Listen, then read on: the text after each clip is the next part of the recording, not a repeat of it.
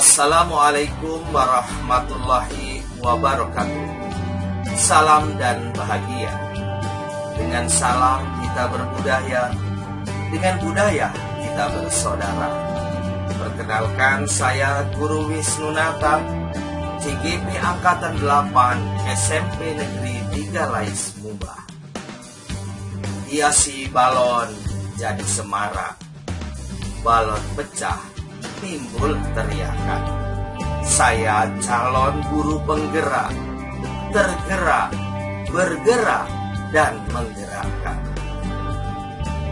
Pada kesempatan ini, saya akan menyampaikan tugas 1.1.A.8, koneksi antar materi, kesimpulan dan refleksi modul 1.1.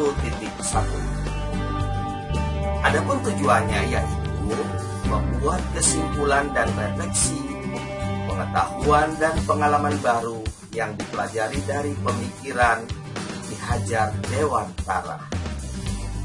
Pada fase ini, saya akan meninjau ulang keseluruhan materi dari pembelajaran 1 hingga pembelajaran 6 dan membuat sebuah koreksi antar materi yang sudah saya pelajari. Untuk memudahkan, saya akan membuat pertanyaan tematik dalam membuat kesimpulan dan refleksi terhadap pemikiran Ki Hajar Dewantara. Pertanyaan pertama, apa yang Anda percaya tentang murid dan pembelajaran di kelas sebelum Anda mempelajari modul 1.1? Menurut saya, murid bagaikan kertas putih, bersih, dan kosong. Orang tua, guru, dan lingkunganlah yang akan mewarnai kertas itu.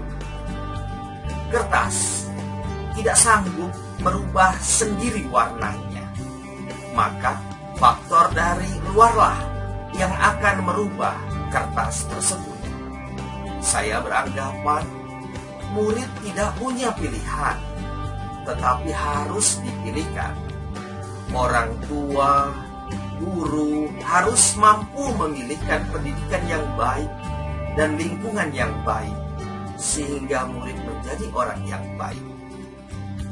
Saya menganggap murid belum mengetahui atau belum paham, sehingga dalam proses pembelajaran, saya membuat peraturan yang harus ditaati oleh semua murid, tanpa meminta persetujuannya.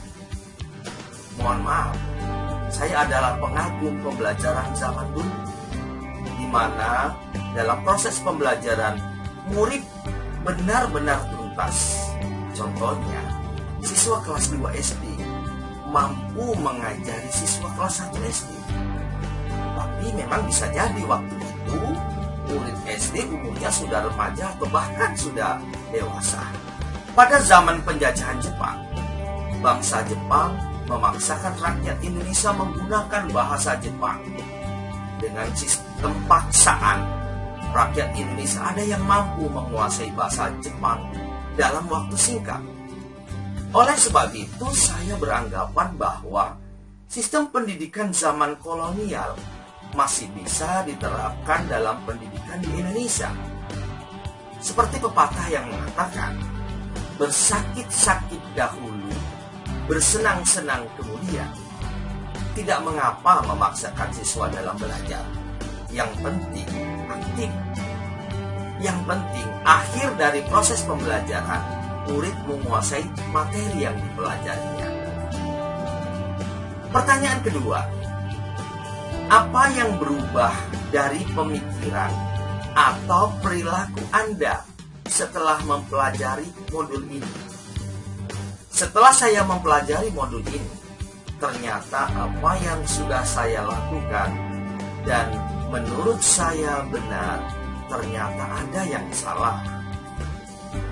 Setelah saya mempelajari modul ini, ternyata menurut Ki Hajar Dewantara bahwa murid seperti kertas yang berisi tulisan, tetapi tulisan tersebut belum jelas atau kabur.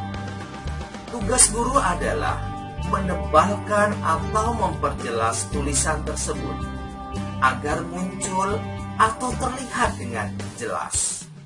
Guru harus mampu memilah dan memilih. Hanya tulisan yang baik saja yang diperjelas, sedangkan tulisan yang berisi keburukan dihilangkan. Seorang guru bagaikan seorang petani, mendidik murid bagaikan menanam benih biji, menumbuhkan dan mengembangkan segala potensi ini agar murid dapat hidup dalam keselamatan dan kesejahteraan sesuai dengan kodrat alam dan kodrat zaman. Murid adalah individu yang unik, memiliki bakat, minat, dan potensi masing-masing. Tugas guru adalah membimbing dan mengarahkan murid sehingga murid menemukan cara belajar sesuai dengan keinginannya masing-masing. Guru tidak boleh memaksakan kehendak kepada murid. Tidak boleh beranggapan hanya murid yang menguasai matematika atau mata pelajaran tertentu adalah siswa yang cerdas. Bisa jadi ada siswa yang tidak menguasai matematika, tetapi berprestasi di bidang seni dan olahraga. Semua siswa adalah juara di bidangnya masing-masing. Pertanyaan ketiga, apa yang dapat segera Anda terapkan lebih baik agar kelas Anda mencerminkan pemikiran Ki Hajar Dewantara? Pertama, sebelum belajar saya akan mengajak siswa membuat kesepakatan kelas dengan harapan murid memiliki rasa tanggung jawab apa yang sudah disepakatinya. Siswa akan mematuhi kesepakatan dengan penuh tanggung jawab. Kedua, saya akan menggali minat, bakat, potensi, dan gaya belajar murid. Saya akan menghamba kepada murid dengan memberikan pelayanan terbaik dalam belajar.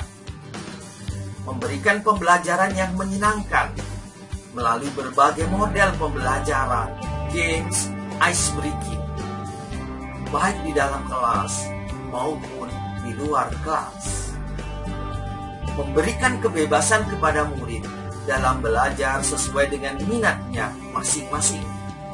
Misalnya dalam praktikum bioteknologi, murid diberi kebebasan dalam membuat produk seperti tapai atau tempe.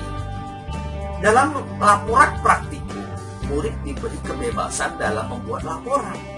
Boleh dalam bentuk PPT, PDF, poster, artikel, atau video yang diupload dalam YouTube, TikTok, Instagram, atau media lain.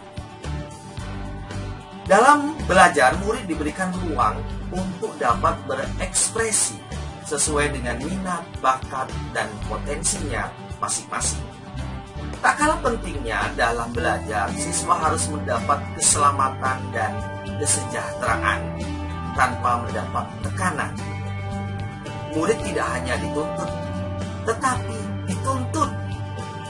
Murid tidak boleh dihardik, tetapi harus dididik. Demikian uraian singkat tentang koneksi antar materi, kesimpulan, dan refleksi modul 1.1 pemikiran Ki Hajar Dewantara. Kebakaran di tengah hutan diubah sawah ditanam padi. Kebenaran semata-mata dari Tuhan, kesalahan dari saya pribadi. Salam dan bahagia. Wassalamualaikum warahmatullahi wabarakatuh.